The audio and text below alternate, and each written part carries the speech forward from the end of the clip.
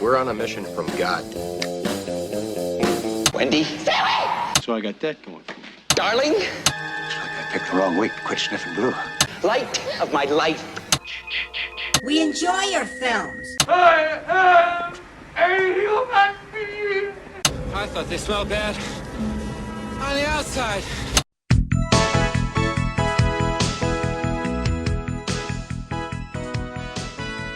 Welcome to Vintage Video, where we're rewatching the 80s so you don't have to. We'll be reviewing every major film release of the 1980s in real time, overanalyzing what you've seen and spoiling what you haven't. I'm Patrick O'Reilly. I'm Jesse Bayless. And I'm Richard Wells. And today marks the 40th anniversary of the release of Hopscotch on September 26, 1980. It was written by Bryan Forbes and Brian Garfield, based on a novel by Garfield, directed by Ronald Neame, and released by Avco Embassy Pictures. Co-writer Bryan Forbes was the initial director, but withdrew during the prolonged pre-production process. The source book was much darker, and the film was initially set to star Warren Beatty and Jane Fonda, until Beatty had a falling out with Warner Brothers, and the project was delayed. At one point, George C. Scott was attached, and Cliff Robertson was briefly considered, until the studio decided he didn't have the draw they needed. I would think the George C. Scott version would have probably been a darker version. Yeah, I would think so. Walter Matthau was disinterested in working on a film that required shooting in Germany, where he had lost family in the Holocaust, until director Neame agreed to cast his son and stepdaughter in supporting roles. Director Neame didn't think they could get Glenda Jackson for the film, but evidently she had just worked with Matthau in '79 on a movie called House Calls and was excited to work with him again. The characters named Follett, Ludlum, and Westlake come from the authors Ken Follett, Robert Ludlum, and Donald E. Westlake. We open at a parade. I think this is Oktoberfest. Do they say it's Oktoberfest? Yeah. I don't know if they say it, but it seems pretty clearly Oktoberfest. Yeah. They're outside a beer garden, and Kendig enters the tent and ascends to the stage in the middle to take photographs from a high angle. He spots the head of the KGB, who he knows personally. He also sees a woman with a sweater place a cigarette pack on a table where it's then collected by a man in a jacket. He photographs both people and makes a signal to other members of his department to apprehend these people. The man in the jacket hands off the cigarette pack to the head of the KGB very blatantly before leaving the tent, and is subsequently arrested. Kendig follows the KGB head out of the tent himself, and outside he speaks with Yaskov and greets him like an old friend. They seem genuinely happy to see each other here. Kendig talks Yaskov into handing over the MacGuffin here. Yaskov says you should work for us before he leaves. But he does give him the cigarette pack, and it has what he was looking for in it still. Can you define MacGuffin for me? MacGuffin is the thing that everyone's trying to get in a scene for a movie, basically. Oh, okay. So, like, the briefcase in Pulp Fiction is a MacGuffin. Because Gotcha. It's what everyone's fighting over. But you don't know what it is. Yeah. Okay, it's an undefined thing that everybody wants. Right. I mean, we see some film, but we don't know what relevance it has, and it has no future relevance for the rest of the movie. Yeah. Okay. But yeah, in the bottom of this pack of cigarettes, it's like a microfilm reel-to-reel, so it actually has the two different sides of it. You could just drop it into a projector like this, and it would play. Wait, you think it would look like a reel-to-reel thing? I think it was just those old windy film canisters. Like two things that yeah, don't you remember those bridge. those really long thin cameras that you would put these kinds of film strips into that would wind it from one end to the other? So instead of like a 35 millimeter where it's being unwound progressively, this had just a square cutout in the reel. So you had the two reels, and it's winding onto the other reel, and there's just a small square cutout, and that's when you click the shutter, it exposes onto that part and keeps rolling. Okay. It looked like it would have to be like 8 millimeter or smaller, probably. Yeah, I mean, I think it was for a special spy camera or something like that. But it was, as Richard describes, one of those completely enclosed systems where you're not unwinding it and rewinding it after you finish taking all your pictures. Yeah. It was usually cheap for cheap cameras. Right. But when he first opens the cigarette pack, you can still see all the cigarettes in it. So it looks like he switched it out for something. But then when he dumps all the cigarettes out, you see this thing at the bottom. Yeah. But I think that right away sets off that Kendig and this KGB agent play by each other's rules. Like they're not trying to screw with each other. The two of them understand the game. And because he lets him go. Right. Which becomes a problem for him. But yes. He's not interested in having him be replaced. Right. Joe Cutter picks Kendig up at the airport in Washington, D.C., and he tells Kendig that Myerson is very mad that he let him go. On his way through the office to speak with Myerson, Kendig knows the names and faces of all of the office secretaries, and they all seem very happy to see him. He's clearly been working here for a long time, and he cares about his coworkers. Myerson asks to speak with him in private. He's very pissed off that he let Yaskov go, and Kendig tells him that he's too new in this division to understand how these things work. Suddenly, in the middle of their conversation, Myerson picks up the phone to call his wife. It happens very abruptly. Like, I think it would have made more sense if she was calling him. Mm-hmm. But he picks up the phone to call her. Yeah. Well, I think he's attempting to be rude, but I think it makes no sense for him to do that mid-conversation. I think it would have been just as rude to answer this call from his wife here. Correct. So they could have just done it that way, but it feels weird in the scene. Because it seems like he's going to tell her some information, or she's going to tell him some information about. Well, I actually think relevant. that what he does is ruder than just taking a call, because it's not like he's spontaneously getting a call and being like, oh, it'll just be a moment. He's like, I purposely don't care about this conversation. I'm going to follow up with other business. Yeah, it's weird. While Myerson talks to his wife, Kendig just walks around the office inspecting how Myerson's decorated it. He sees a picture of Myerson pointing a gun directly into camera. He has his firing range targets framed on the wall. They're not even super impressive. It's not the best grouping I've seen. Myerson's wife seems to be objecting to staying at their summer home this year, and he's suggesting renting it out on the condition that it would not be rented out to kids or pets or Democrats. Kendig explains that he knows Yaskov and has for 20 years, and that if they take him out, that he'll be replaced, and it will take 6 months to find out who replaced him, and another 18 months to figure out the new guy's style. Myerson points out that Kendig isn't here to make policy, but to act on policy. As punishment, Kendig is transferred to the filing section in this office building for the remainder of his time with the service. I mean, is it policy that he had to take him in? I mean, I suppose it might have been the order. I don't know even if it was the order, but I guess if you have a high-value target that you can capture, you take that opportunity to capture them. But I think it's totally valid for the devil you know sort of argument. Oh, absolutely. Yeah.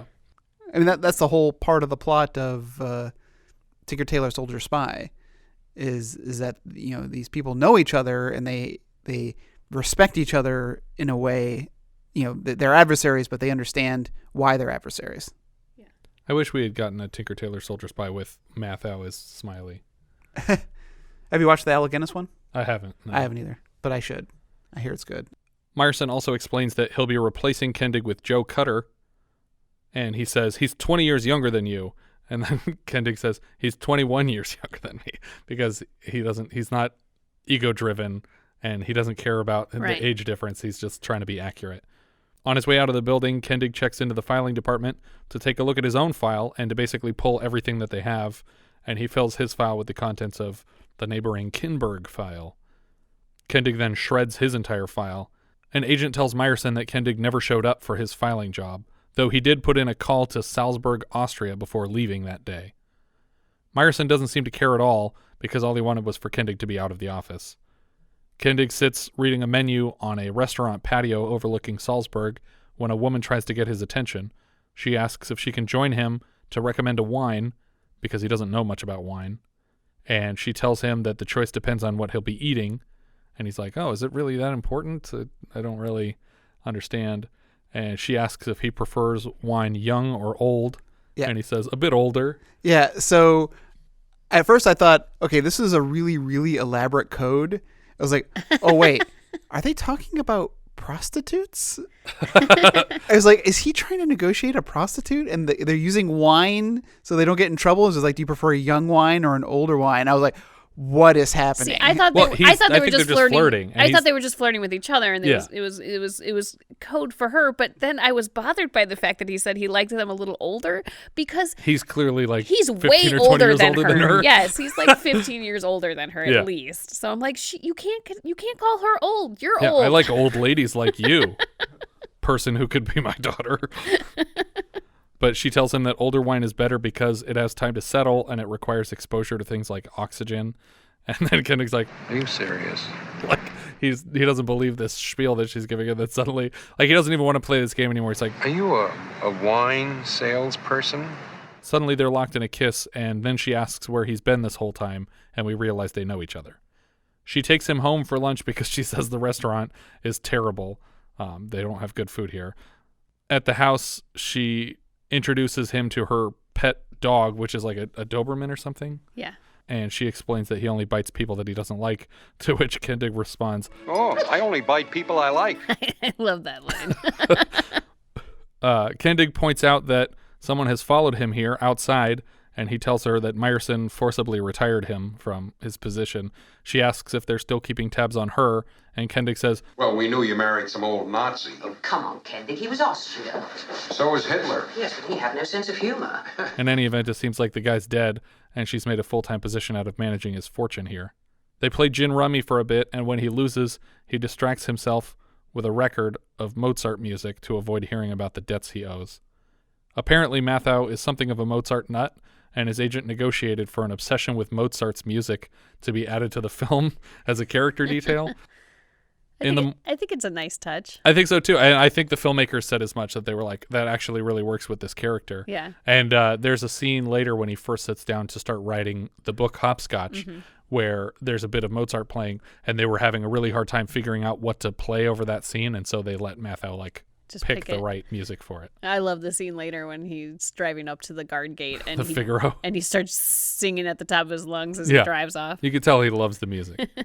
In the morning, Kendig checks the window to see that his tail is gone, but now there's a bottle of vodka and 2 shot glasses with a note on the table. So I'm assuming Yaskov killed whoever was waiting? Unless it was a member of the KGB. Yeah, that's what I presumed. But the note says, the fountain, 11 a.m., why? Which, why for Yaskov. And so he meets him at this fountain in the morning, and Yaskov is just finding out that he was let go from his division, and he offers him a position with the KGB. They sit on a park bench for a while, and then Kendig starts taking the vodka out for them to enjoy. Like, I like that he brought it here in a bag for them to just get drunk in the park. I don't really understand how he could work for the KGB, being a prominent American agent formerly. Yeah. I don't know that really makes a lot of sense. Yeah. I feel like there's a couple problems with it. I feel like they would need to verify with their own intelligence that he was let go, and that this isn't like him being sold as a double agent to them and actually being a triple agent or something. Yeah, but not even that. Just like how is he particularly useful, because he's so well known amongst his own agents. But he knows a lot of information. He wouldn't even have to leave the office to be useful to them, I suppose. Also, spy thrillers have taught me anything, is that sometimes having people who are older makes you less suspicious. Like, even like Clint Eastwood's The Mule. Yeah. Like, no one's going to suspect this 95-year-old man. Yeah. Or one of my favorite 8-year-old man. Yeah. Cloak and Dagger, where 2 of the smugglers are an elderly couple. Yeah. Because no one ever thinks to question them to be spies. That's just making me think of Mulaney's review of The Mule. So great. We also forgot to mention 90-year-old Clint Eastwood has 2 threesomes in this movie. And he directed it. 2! I don't think you guys understand. I've had 1. I guess you probably have none, right? You are correct, sir. Right. According to The Mule, I have a solid 54 years before that window closes. So look out in 2072 for my wish fulfillment movie, The Mulaney. Kendig turns down the offer to join the KGB, but Yaskov is still trying to persuade him, but he notices that there's a CIA agent photographing their conversation, and he describes the man to Kendig. Oh, he's got a mustache, and he looks like this. And he's like, oh, that's Follett. He's an idiot. There's probably no film in the camera. Yaskov asks if he's turning him down out of some silly loyalty to America, and Kendig says no. What are you going to do, write your memoirs? And it seems like Kendig hadn't considered it until he brings this up. But yeah, that's a great idea. He gets out a typewriter at Isobel's home, and he starts typing to the Mozart record that Matthau picked out for them. And Isobel is reading his pages in terror. He's sharing some pretty detrimental government secrets, and she says, You're insane. They will obliterate you in 5 minutes. It'll shake them up. Shake them up. They will send men who will come and kill you. I'll keep one step ahead of them. That's enough. Well, almost enough. I need your help. He asks for her help acquiring a copy machine and a stack of postcards with envelopes. In Myerson's office, he shares the photos of Kendig and Yaskov with Joe Cutter, who doesn't think it's anything to worry about. They've known each other for years. He and Yaskov used to exchange people at Checkpoint Charlie.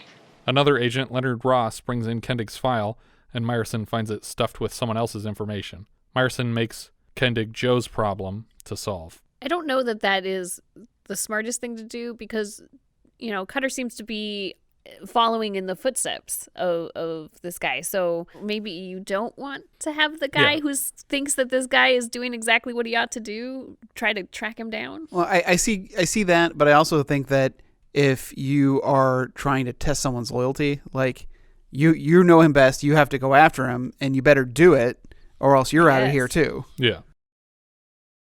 Kendig pulls up at a checkpoint at a border crossing, singing Barbara of Seville's Figaro. Loudly. Very, very loudly. Well, and this is intentional. Yeah, he's trying to draw attention to himself because he wants this information to make it back to Myerson where he was and what he was doing, and this is a way to identify him.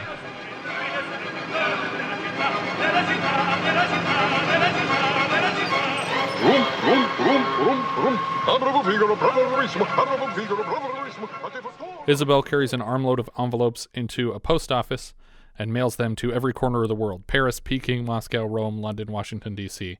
And these are the first chapter of the book that he wrote. And they're all going to different intelligence agencies, not to publishers. Yes. Myerson receives the D.C. letter and is shitting himself in the office. It's the first chapter of his book, filled with classified information and particularly embarrassing information for the American intelligence agencies.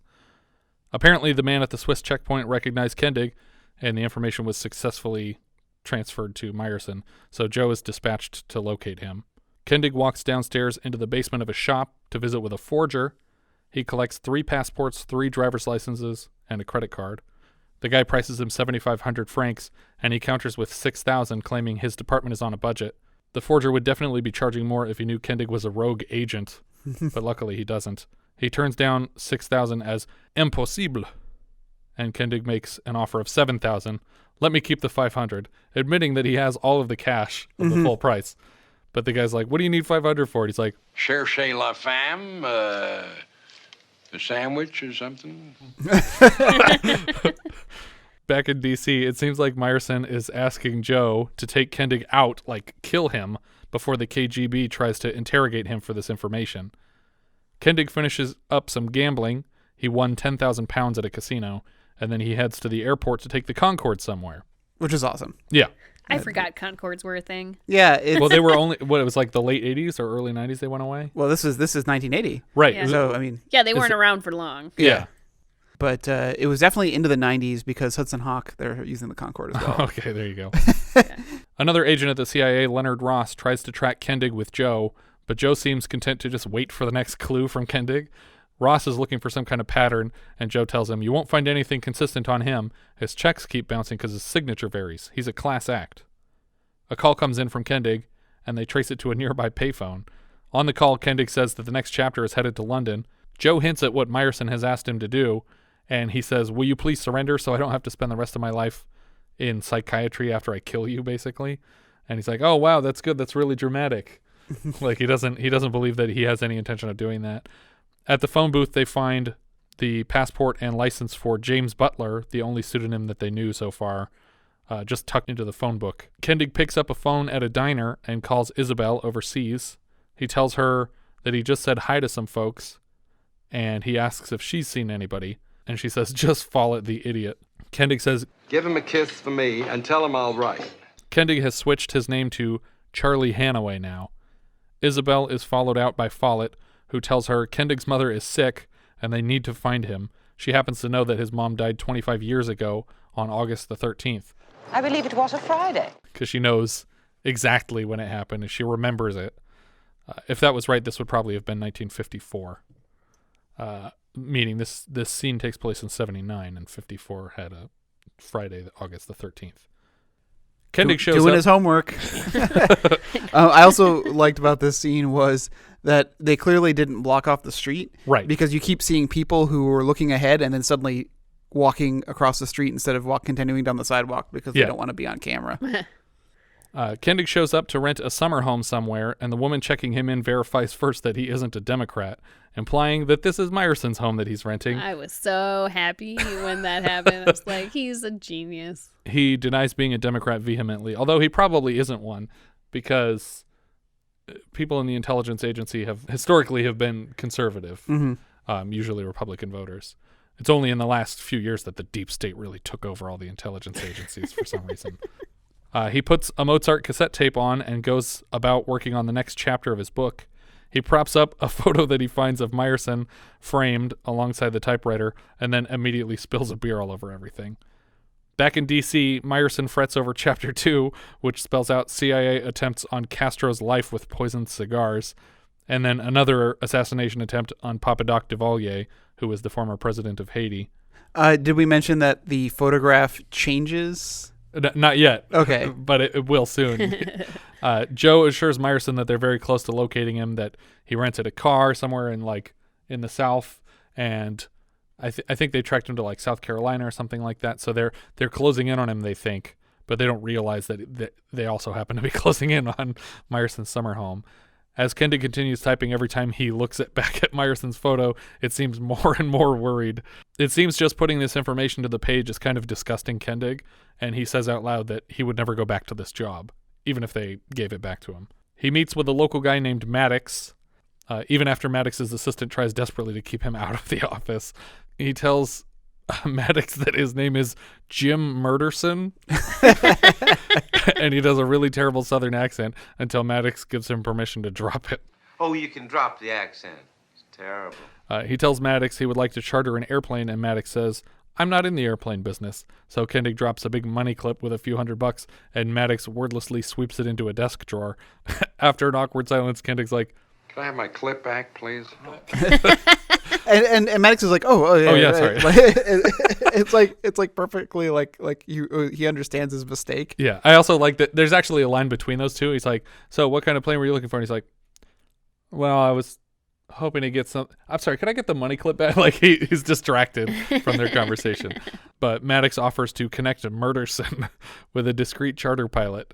And on his way out, he's like, "By the way, my name's not Murderson." And he's like, I didn't think it was, Mr. Murderson. Kendig speaks to a man who has modified a pickup truck for him in a very strange way. There are two barrels attached to the tailgate and then a big lever in the cab.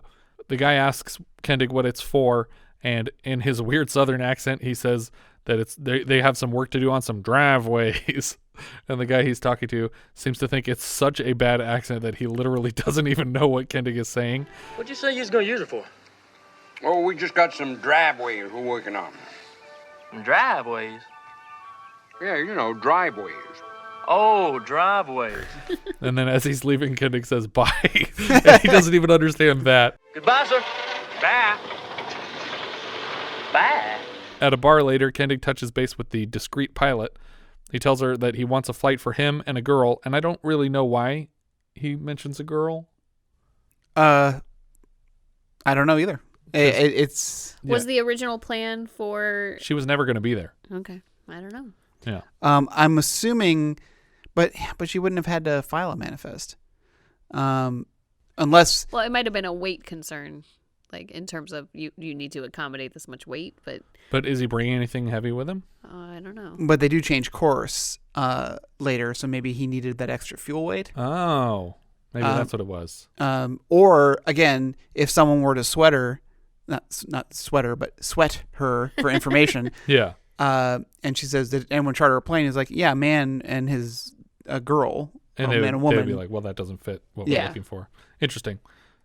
I tend to think it's the fact that he changes the destination on her at the last second, and now he knows she'd have enough fuel to carry them the full distance. Kendig packs his stuff, and he stages it in the old pickup truck just parked out in the woods behind the house. He calls Isobel in Salzburg, and she's like, "This is a tapped phone. What are you doing? Like, why would you call me at my house? They know where I live, and they know that we're in touch with each other." But he doesn't care. he says that Follett's an incompetent who can't trace the call anyway, and Follett is like in the car listening to this conversation with other agents. So he's getting embarrassed by everything that Kendig has to say about him. But they've narrowed the call down to a Georgia area code, and they're continuing to track it. Not to be gruesome, old darling, but I hope you've written out your will. Yes, I've left everything to the Flat Earth Society. Which is incredible that even existed back then. Well, that has existed for a long time, Richard, like thousands of years. He tells Isobel that he's loaded up with guns in his hideout. They'll never take me alive. And like the two agents in the surveillance van are like sweating this out, like, oh God, like it's going to be a bloodbath. They call Myerson with the address after they successfully trace the call, and he just flips out. I don't fucking believe it! Excuse me, Beverly. To his secretary, who he just cursed out in front of. Kendig starts prepping the house Kevin McAllister style with a bunch of firecrackers stapled to the walls, and then he lights a long fuse. I was really concerned. I was like, you probably should have done this before you made the call, right? Because he's going really, really slowly. And I was like, this is taking your... Because there's a couple times in this movie where I don't know if they were intentionally trying to show his age or maybe that he was going to slip up. I thought that this was all foreshadowing for him to make a big mistake. Well, there is one mistake that he makes, kind of. Yeah, but a couple times he asks people to repeat something, or he has trouble understanding what is going on. And then like this, like he's having like a really hard time getting up off the floor to staple these things into place. I was like, oh man, is this like going to be leading up to where this story's going to go? Yeah. It doesn't. But it turns out it's like a Bronco Billy thing where he's just fucking up a couple times and it doesn't play into the story at all. Yeah. I'm not super clear on why he thought this was a good idea. I get that he wants to screw with his former boss and mess his house up. Yeah. But it seems like a little bit of a close call, and you probably wouldn't want that. You could have made it a little less of a close call. I think they might be cheating it in the edit. I don't think it was that close a call. I think he could have left like an hour before they got there. But he doesn't, because they see him leaving with the guy. But I think he was out in the truck the whole time, so there was no danger of him getting shot in the house. No, because he captures Ross first. Before he gets in the truck? Yeah. Oh, on the way. Yeah, I guess so. So it's like a matter of minutes. He's just in the woods, though. So. Yeah. So I don't think he's been in the house the whole time. Well, I don't mean it's a close call in terms of him getting shot in the house. Yeah. I mean, it's a close call in terms of him getting captured. Yeah. I mean, had they brought more men, then he wouldn't have found a way out of this. But maybe he just doesn't care. And I'm not clear why he even took the guy. Well, I mean, we're getting ahead of the story a little bit. Near the house, Myerson lands in a helicopter, and he's met by the FBI.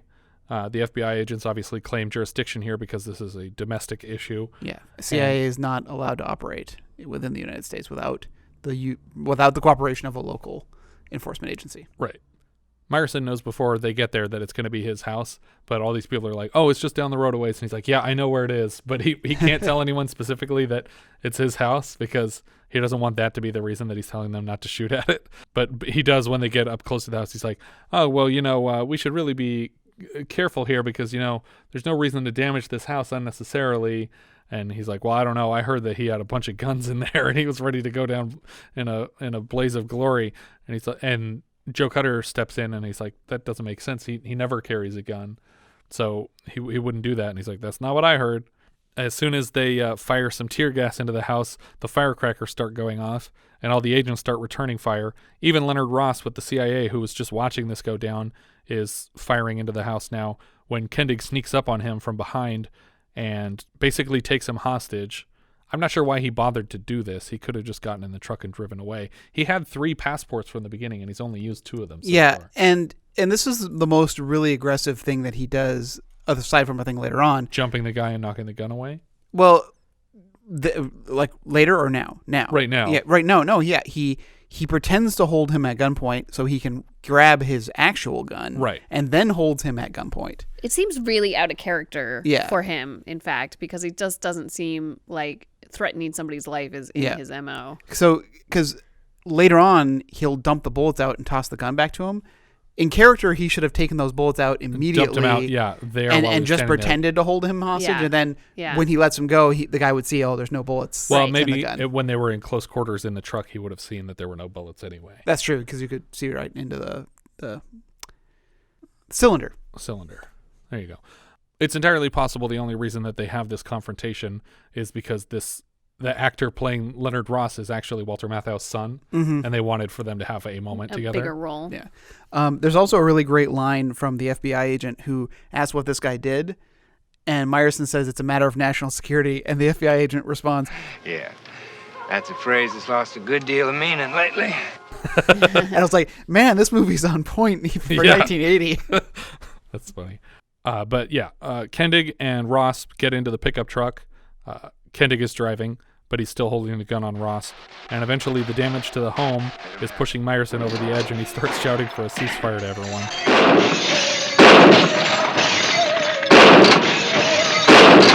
And they do stop, and suddenly they notice Kendig like way behind them, leaving in the pickup truck with Ross, as the house is like billowing with smoke, probably about to burn down.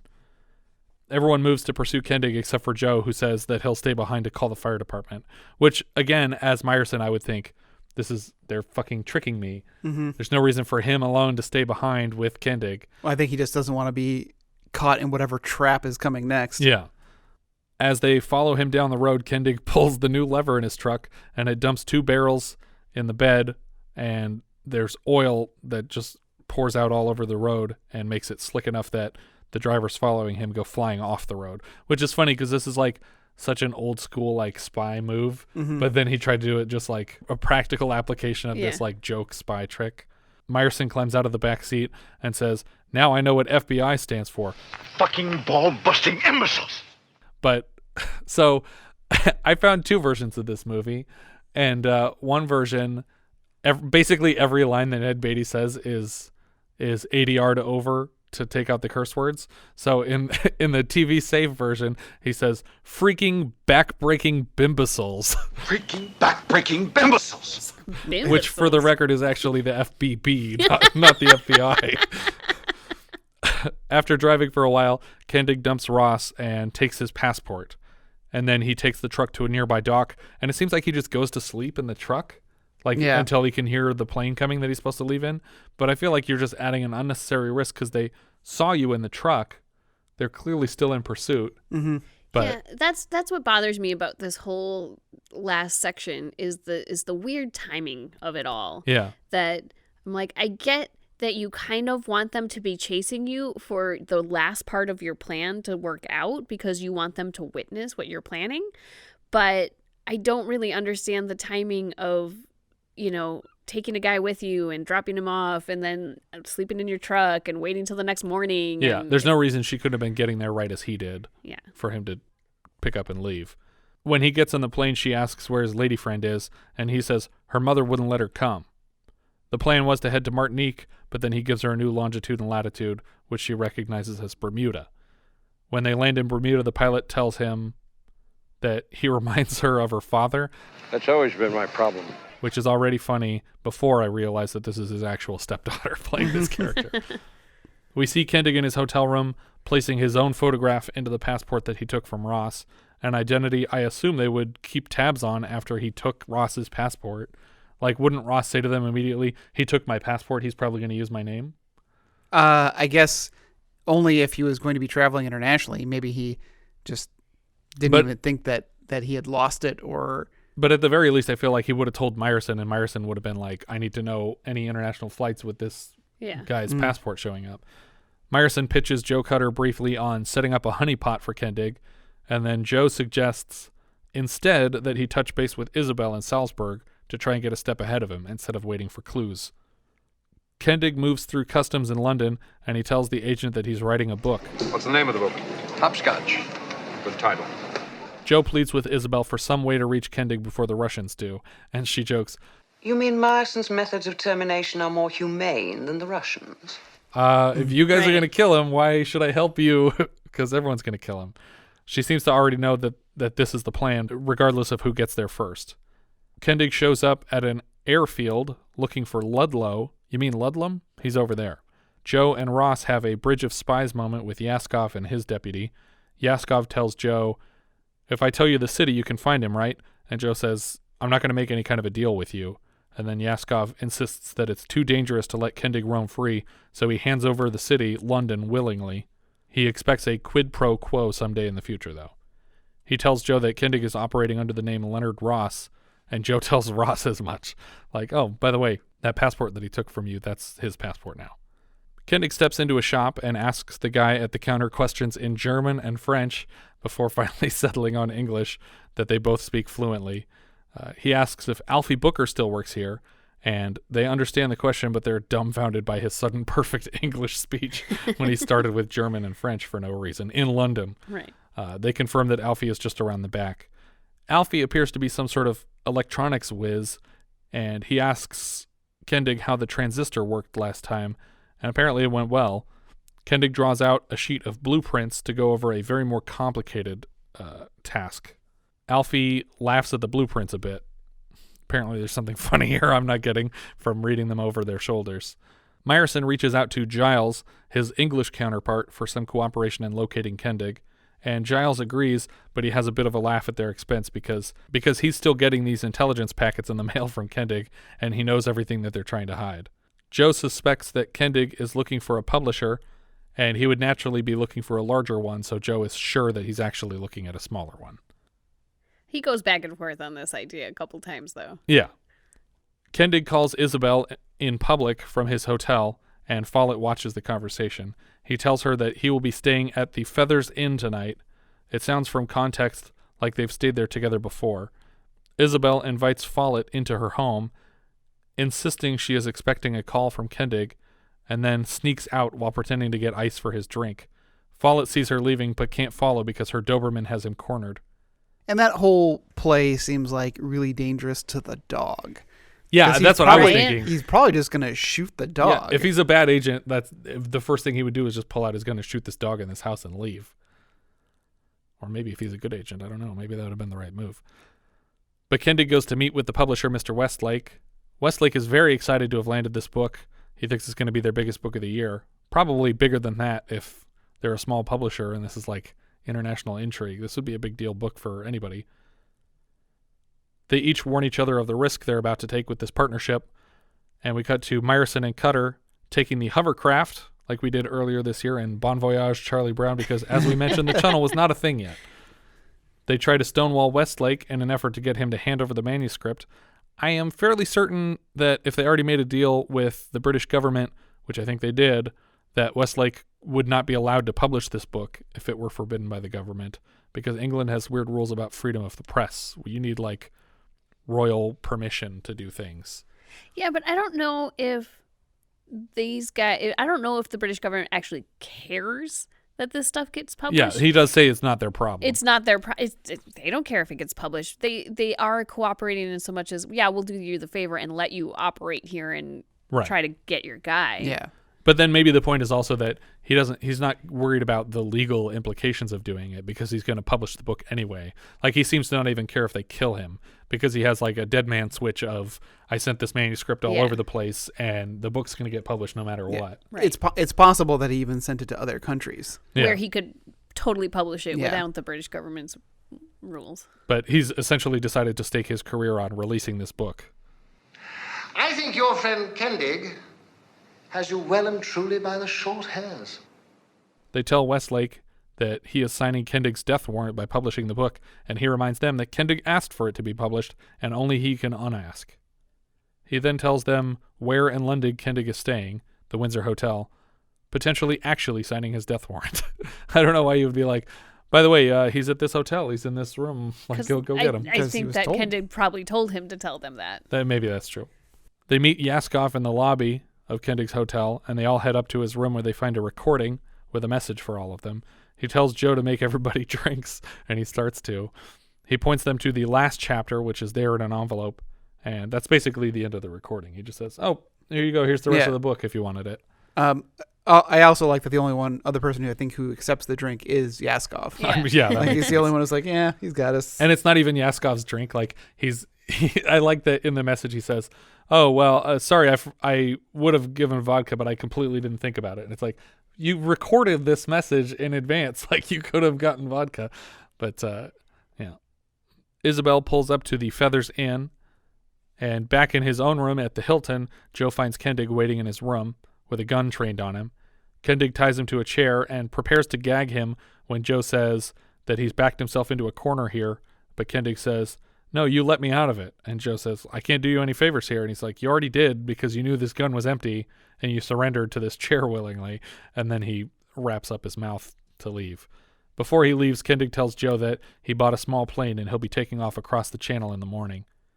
He inspects Joe's gun and finds it too unloaded and congratulates Joe on being a cool CIA agent. Ross gets a prank call about Joe being tied to the chair from Eleanor Roosevelt. Hello? Joe Cutter is tied to a chair in his room. You'd better cut him loose. What? Who is this? This is Eleanor Roosevelt. Next, Kendig gives Isobel a wake-up call, and after the call, a police car pulls up beside Kendig's car, and he tells them that he got a flat. I think he actually got one, because this would seem like an insanely reckless part of the plan if it wasn't an accident. Yes, because he's not within his own control. Right. At this point. And I do like the conversation is like, I went to look for a spare and it's not there. It's like, should be in the trunk. I know it should be, but it's not there. He's like, really, I'm not stupid. I know it's supposed to be there. At the police station, they offer to call him a cab, but then somebody suddenly recognizes his face from the APB that Giles put out. I don't know if it's called an APB there, but something like that. They start to question him in the office, but he jams something into a nearby electric socket to take the lights out in the room, and then he snags their keys and their patrol car. Well, and he's being a little too obvious with his motions. Yeah, with the hand jamming. If you're suspecting this guy, I wouldn't be letting him like make all these crazy hand gestures behind his back. Yeah. But he's able to steal the car that he rode in on, and he races it back to the airfield where his plan is due to unfold. But now he's like way behind schedule because he got stuck in this police station for a while. He sees Isobel on his way, and he tells her to sit tight until he gets back. "When did you join the police force? It's the only car I could find with any gas in it." Kendig is spotted from the air by Yaskov and Myerson in a helicopter, and he cranks the prop of his new biplane and races away from them into the air. Is that really how you start those things? It seems so dangerous. Yeah. It was. Well, that's why you would say things like contact to let, because what you did was you started spinning the propeller, and then the pilot would engage the electrodes to start. So you got it spinning a little bit so that the engine would start a little bit easier rather than from a dead stop. But you say contact because you're telling them, I'm holding onto the propeller, keep your hand away from that starter. Yeah. Jesus Christ. Seems like an accident waiting to happen. Yeah. And I'm sure it happened a few times. He does a few tricks with his plane in the air, trying to avoid this helicopter while Myerson is leaning out of it, firing at him with a huge revolver. And eventually the biplane swings out over the water and just explodes. And then we cut to Kendig in some shack, and it seems like he's been piloting the plane remotely, and he just faked his death. But it bothers me. It's a little unsatisfying because there's no point in the scene where he could have exited the plane without being correct. Yeah, so that was my problem with it, because I'm like, they have eyes on him when he starts that propeller. Yeah, so and when he jumps into the plane. Yeah, so at what point did he jump out of this plane? Unless he literally got in one side and literally got out of the other side while it was rolling down and they the were just field. distracted by the landing, and taking off again. And I guess it's not very clear. But he didn't. It's not like he's wearing a parachute like he ejected when we right. No, lost I think track he of never him. took off in the plane. I get that, but I feel like they had eyes on him the whole time. So yeah, it seems weird that they didn't notice. I think it would have helped a little bit more to know more about the blueprints or things that were being done, because it seems like the Alfie was having like a lot of hard time. He said he had to call in a specialist to help with his plans. Like, you really need that much help? Well, maybe creating a remote system for well, this plane? it was a remote system and then also the transdimensional portal. Yeah, that's true. Yeah. So that's why he needed to like call. Had to construct the Tesseract inside of the back of the plane. Yeah. Exactly. I gotta give Loki a call on this one. But Yaskov, Myerson, Ross, and Joe mourn him as they watch like a kind of bad painting of plane crash on the ocean surface. How did they catch up with him again? I forget. Because they found out from the British police that he was nearby, I guess, right? Yeah. But then how did they know exactly where he was? Well, Cutter, he told Cutter where he would be, but he even Myerson says he won't have expected us to fly by helicopter. Okay, but apparently he did. And they brought Yaskov because that was the fulfillment of the quid pro quo. No, I get that. I was just wondering, like, he doesn't really explain exactly where he's taking off from to Cutter. So I think he does. I forget the exact wording, but when he's leaving the hotel room, he says, "Oh, I bought a plane and I'm going to take off from something airfield." Okay, so he does just plain old tell them so that they know. And then they think they're getting there faster than he anticipated, and he ended up getting there late. And we also think he's getting there, that they're beating him there because we saw that he got a flat and everything. So, right. But I think he made up the time by racing. The original plan was probably for him to be in that shack the whole time and just take off right as they arrived. Mm-hmm. So probably, yeah. But I do like that when they're all standing there looking at the flames on the ocean, that basically Myerson and Ross are both like, well, he's dead. Yeah. Thank God. And Yaskov and Joe both kind of know exactly what happened. Mm-hmm. They're like, all right, cool. That's fine. Let's go back to work then. Well, because Joe says he better stay dead. Yeah. Kendig finds Isobel back in her car, and they decide they're going to head to the south of France. And we cut to probably months later at a bookshop where Hopscotch is already on the store shelves. Kendig, now in a ridiculous brown-faced Indian costume, speaks with the clerk in the store about the author's mysterious disappearance. Kendig tells her that he heard the man was killed by his own men, and she puts forth the theory that he faked his death and that he's living in Australia, before Isobel tugs him around the corner by his arm, and she starts to tell him to cut it out with these dumb disguises because everybody thinks you're dead anyway, so there's no reason to do this. Nobody's looking for you. And then they leave the store arm in arm.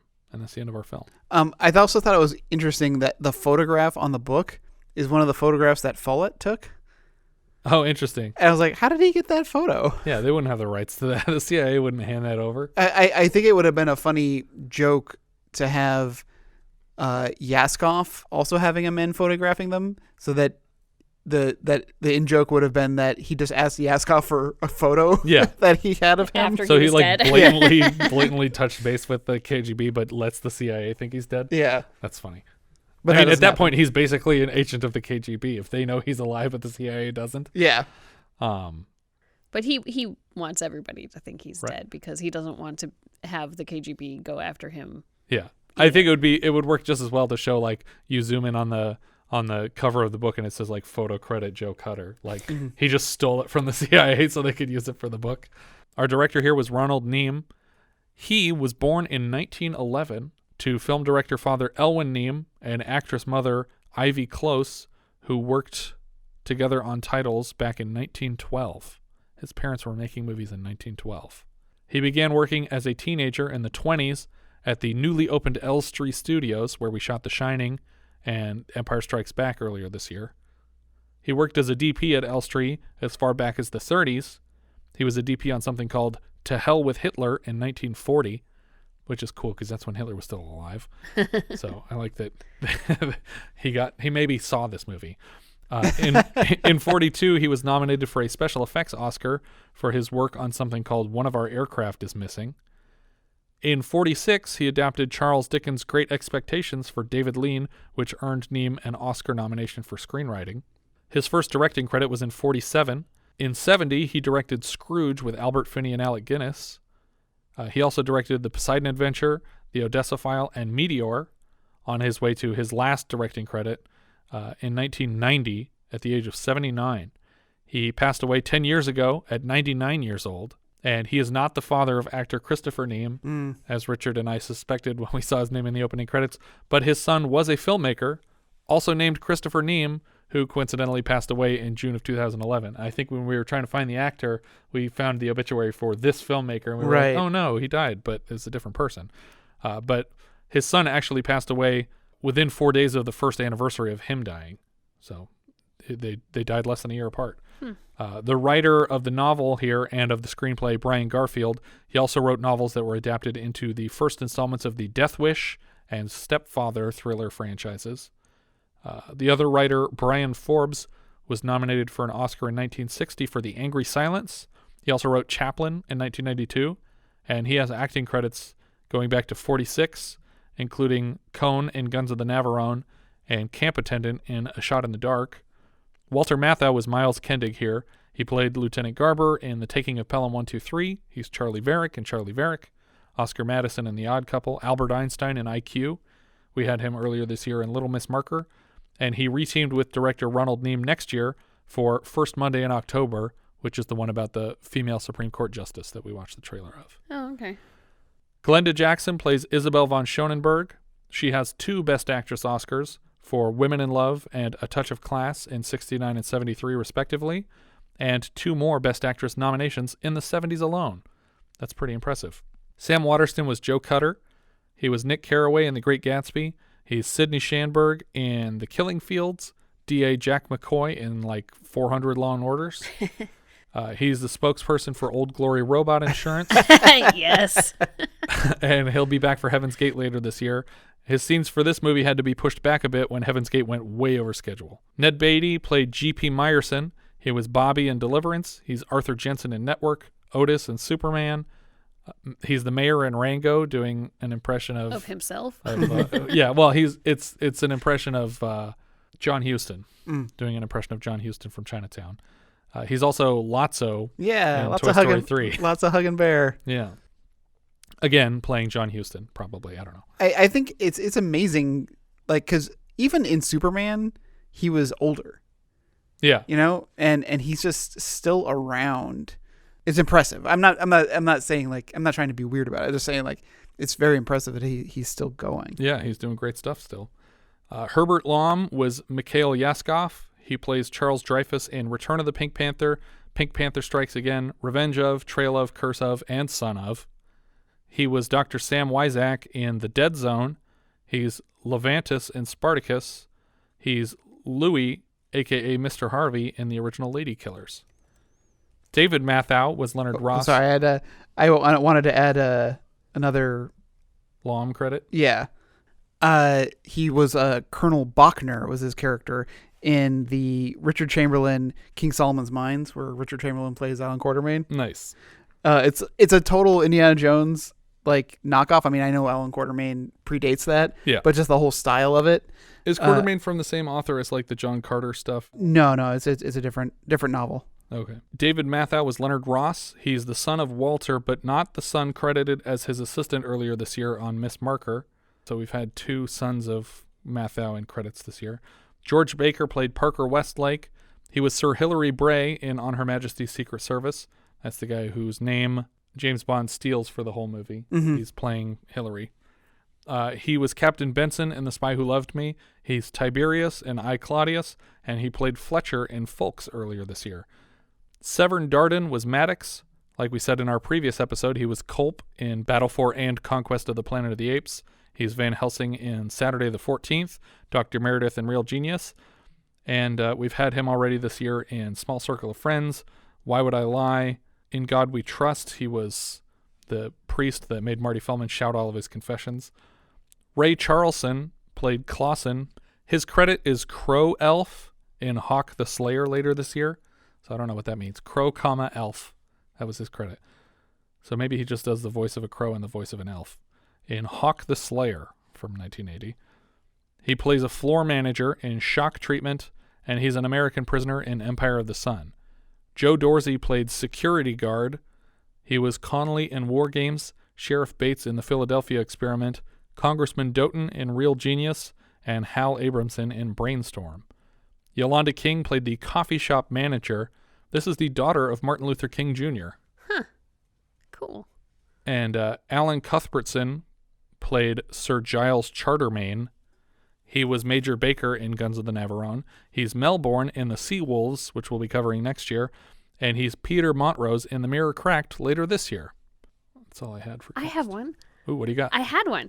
So I know, did you recognize Mrs. Myerson She's on screen for all of like 5 seconds, and I instantly recognized her. I don't even remember her being in the movie. When they are at his house.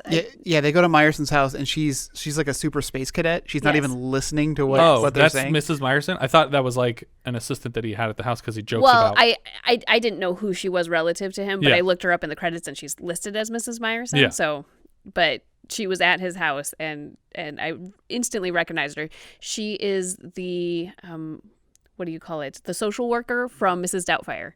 Oh, okay. Yeah. That is constantly touching base with Robin Williams. Okay. Yeah, the one where he's got the cake on his face. Yeah. Yeah. That's all I had. Good stuff. I like that. I mean, I'm sure she's in Liar Liar. She's in Midnight in the Garden of Good and Evil, The American President. She's in a bunch of stuff. American President. She plays a very similar character in all those movies where she's like an assistant or an office. I remember the scene where Michael Douglas has like pie all over his face. And that's very similar. he asks what the state flower is of Virginia, and she says it's the dogwood. It's good to know. Excellent point of trivia. I enjoyed this film a lot. I like Matthau as a spy. It reminded me of Charlie Varick specifically when they're on the airfield and stuff like that. I think that movie's better, but I enjoyed this one, and I think all the spy stuff makes sense except for where he's unnecessarily jeopardizing himself. Yeah. And that last moment when he does the switcheroo for the plane doesn't make sense because there's no way he could have gotten out of that plane without them seeing him. Yeah, I really enjoyed it. It reminded me a lot. It felt like an older movie than it was. Yes. It reminded me a lot of the sort of 1960s caper films, Probably because it was directed by an almost 70-year-old guy. Yeah, that probably contributed to it. I also felt like this was closer to Matthau's wheelhouse than Little Miss Marker earlier this year. Yeah. I felt like I don't think he was deviating from the script in that movie. I think he was just reading the lines that he had, which there were funny lines in it. But here you can clearly see him improvising moments that just really sell it so much. Well, I also feel that this movie was shot a little bit closer to him. And I mean, like, physically, the camera was closer to him. Yeah, that's where true. Little Miss Marker, all the scenes were like a stage play. That's true. All these really, really wide shots where you couldn't see Walter Matthau's expressions. Yeah. And which is like the whole selling point of him. Yeah, he's got a very unique face. You want to see it. And so I feel like this movie was always really close up on him. Yeah, I mean, and just the nature of this kind of movie just plays into the kind of character that he does the best. You know, a character where I know more than you is just his best role. I do feel like Glenda Jackson is a little bit wasted. I mean, you have someone who has 2 Oscars and 2 nominations for Best Actress, and she has almost nothing to do in the story other than mail some letters for him that we could have seen him do on his own.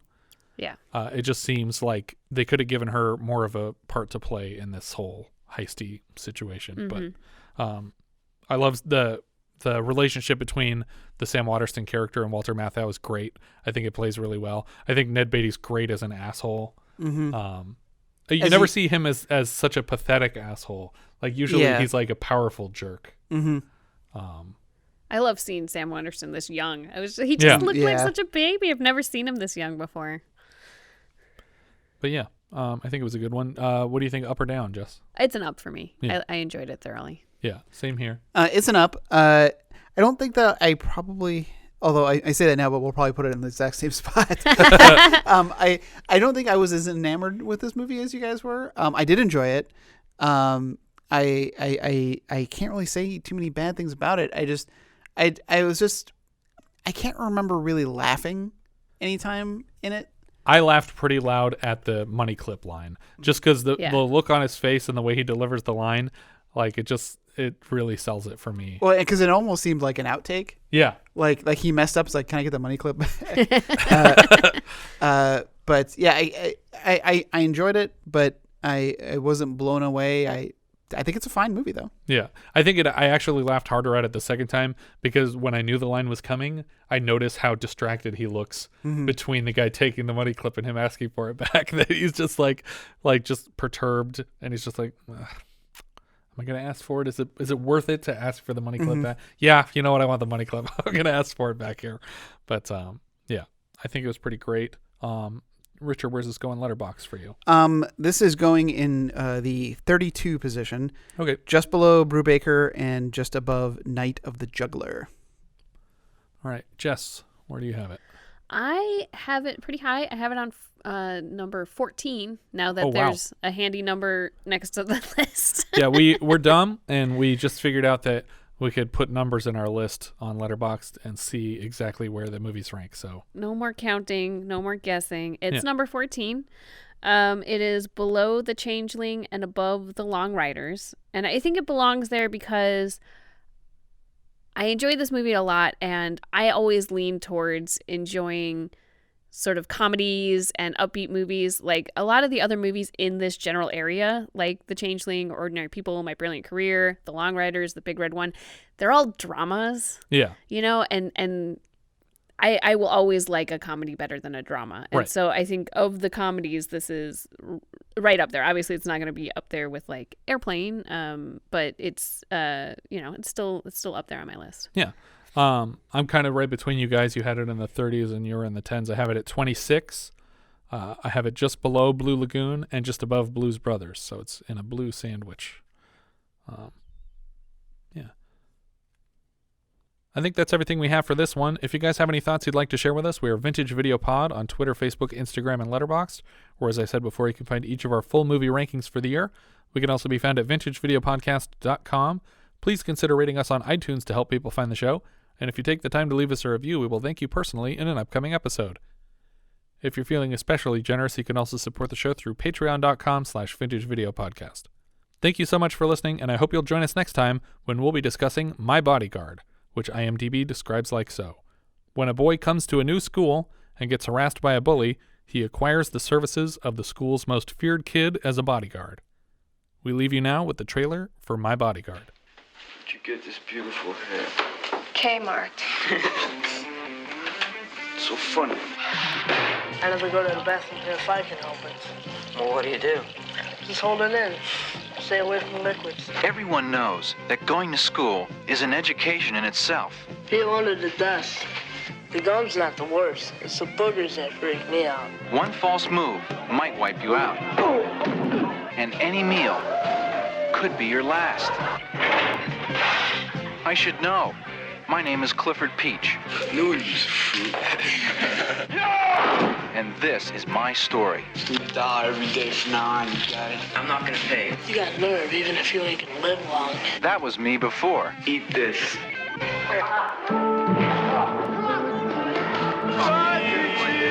going on? Who are those guys? Just some kids from school who want to kill me. Hey, Shelley, want to go to the movies tonight? Sure. Yeah, you have a real good time while you're there, huh? And this is me now. What made the difference? It wasn't my grandmother. Kick him in the cojones. That's the thing. It wasn't my father. I could call the principal again. It wasn't my enemies. You give me trouble. People don't do that around here. It was my bodyguard. You're dead. Sure, let me do this. My Bodyguard. A crazy idea. I'd like you to meet my bodyguard. Anything you want to say to me, talk to him first. That led to a great friendship. This is a story of hallway horror, mayhem after math class, and the most important lesson you can learn out of school. You know those things that stunt your growth. That strength has nothing to do with size, and everything to do with courage. One of them was short. One of them was strange. Together, they were absolutely unbeatable. My Bodyguard.